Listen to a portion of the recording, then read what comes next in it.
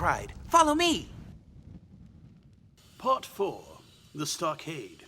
Chapter 16, Narrative, continued by the Doctor. How the ship was abandoned.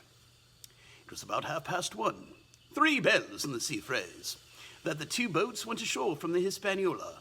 The captain, the squire, and I were talking matters over in the cabin. Had there been a breath of wind, we should have fallen on the 6 mutineers, who were left aboard with us, slipped our cable, and away to sea. But the wind was wanting, and to complete our helplessness, down came Hunter with the news that Jim Hawkins had slipped into a boat, and was gone ashore with the rest. It never occurred to us to doubt Jim Hawkins, but we were alarmed for his safety. With the men and the temper they were in, it seemed an even chance if we should see the lad again. We ran on deck.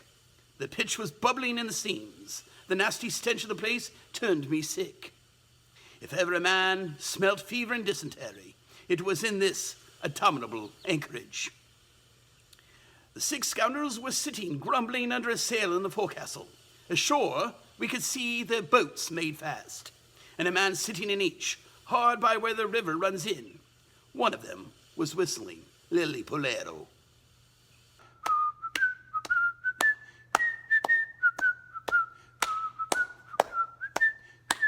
Hope we shall find a good laden boat, Lily Bolero, la la la la, and we shall cut every Englishman's throat, Lily Bolero, la la Waiting la la. was a strain, and it was decided that Hunter and I should go ashore with a jolly boat in quest for information.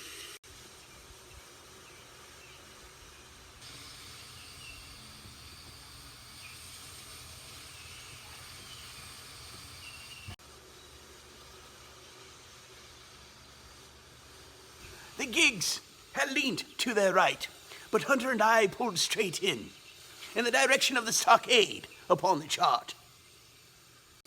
The 2 who were left guarding their boats seemed in a bustle at our appearance. Their song, Lily Bolero, stopped off, and I could see the pair of them discussing what they ought to do.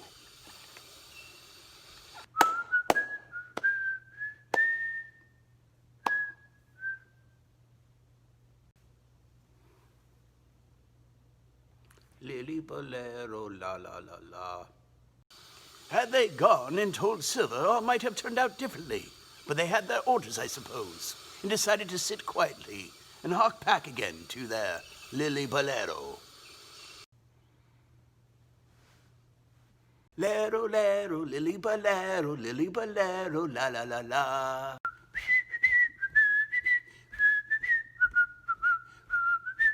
There was a slight bend in the coast, and I steered so as to put it between us. Even before we landed, we had first lost sight of the gigs. I jumped out and came as near running as I durst, with a big silk handkerchief under my hat for coolness' sake, and a brace of pistols ready primed for action. I had not gone 100 yards when I reached the stockade.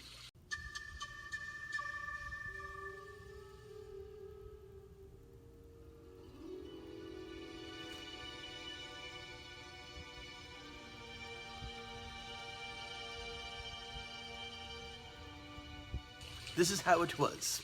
A spring of clear water rose almost at the top of a hill. Well, on that hill, and enclosing the spring, they had clapped a stout log house, fit to hold 20 people on a pinch, and loopholed for musketry on every side. All round this they had cleared a wide space, and then the thing was completed by a paling 6 feet high, without door or opening, too strong to pull down without time and labor, and too open to shelter the besiegers. The people in the log house had them in every way. They stood quite in shelter and shot the others like partridges. All they wanted was a good watch and food, for short of a complete surprise, they might have held the place against a regiment.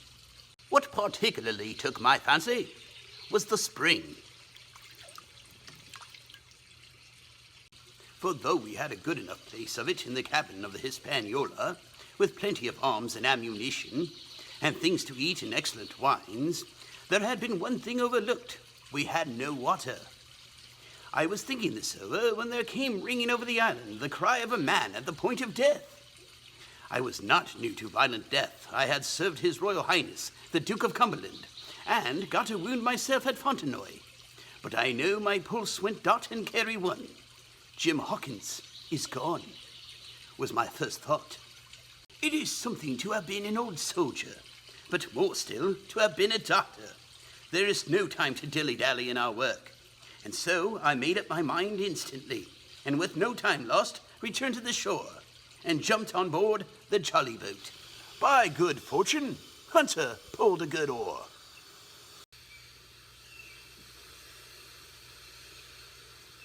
We made the water fly, and our boat was soon alongside, and I aboard the Hispaniola.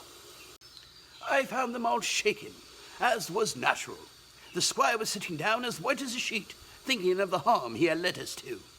The good soul. And one of the 6 forecastle hands was little better. There's a man, says Captain Smollett, nodding towards him. new to his work. He came nigh hand fainting, Doctor, when he heard the cry. Another touch of the rudder, and that man would join us. I told my plan to the captain, and between us, we settled on the details of its accomplishment. We put old Redruth in the gallery between the cabin and the forecastle, with 3 or 4 loaded muskets and a mattress for protection. Hunter brought the boat around under the stern port, and Joyce and I set to work loading her with powder tins, muskets, bags of biscuits, kegs of pork, a cask of cognac, and my invaluable medicine chest. In the meanwhile, the squire and the captain stayed on deck, and the latter hailed the coxswain, who was the principal man aboard.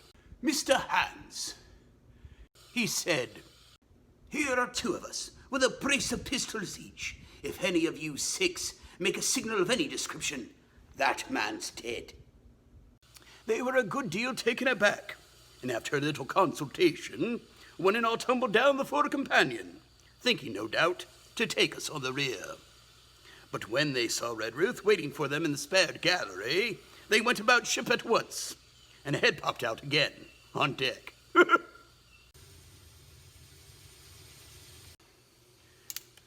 "Get down, you dog!" cries the captain. And the head popped back again, and we heard no more for the time of these 6 very faint-hearted seamen.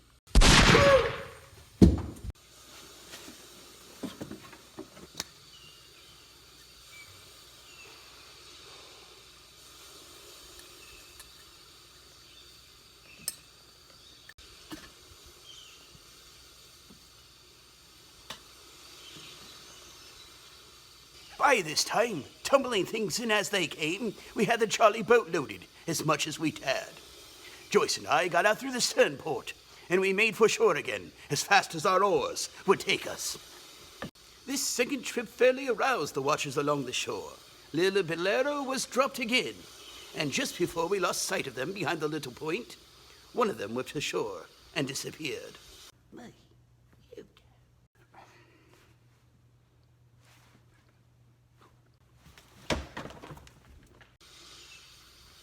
I had half a mind to change my plan and destroy their boats, but I feared that Silver and the others might be close at hand, and all might very well be lost by trying for too much.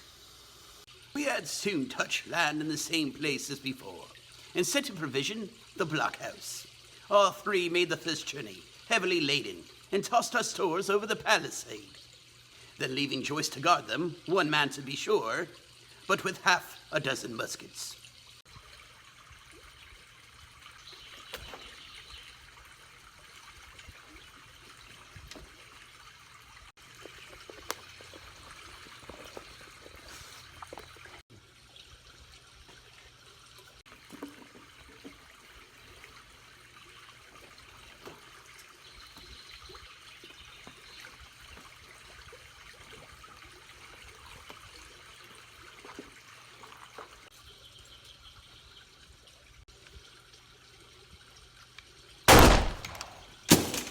Hunter and I returned to the jolly boat and loaded ourselves once more, so we proceeded without pausing to take a breath.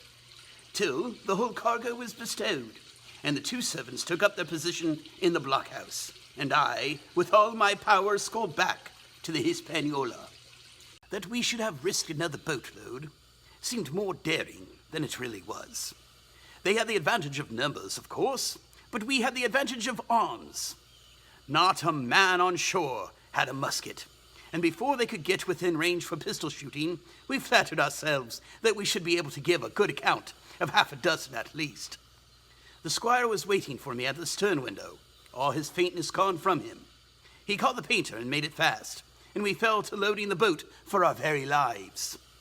Pork, powder, and biscuits was the cargo, with only a musket and a cutlass apiece for the squire and me, and Redruth and the captain. Make way, lads. I'm coming aboard. Where is my head? I almost forgot the powder. Come, Redruth. Right behind you, sir. The rest of the arms and powder we dropped overboard in 2.5 fathoms of water, so that we could see the bright steel shining far below us, and the sun on the clean, sandy bottom. By this time the tide was beginning to ebb, and the ship was swinging round to her anchor. Voices were heard faintly hollowing in the distance, and the two gigs, and though this reassured us, for Joyce and Hunter, who were well to the eastward, it warned our party to be off. Redruth returned from his place in the gallery, and dropped into the boat, which we had brought round to the ship's counter, to be handier for Captain Smollett. "Now, men," said he, "do you hear me?" There was no answer from the forecastle. It's to you, Abraham Gray. It's to you I'm speaking. Still no reply. Gray, Resumed Mr. Smollett a little louder. I am leaving this ship, and I order you to follow your captain. I know you're a good man at the bottom, and I dare say not one of the lot of you is as bad as you make out. I have a watch here in my hand. I give you 30 seconds to join me. There was a pause. Come, my fine fellow, continued the captain. Don't hang so long in the stays. I'm risking my life and the life of these good gentlemen every second.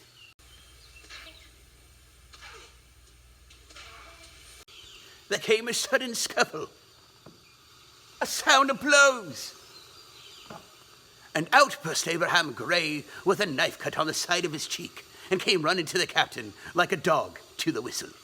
"Wait! I'm with you, sir," said he. And the next moment, he and the captain had jumped aboard of us, and we had shoved off and given way. We were clear out of the ship, but not yet safe ashore at our stockade. End of chapter 16.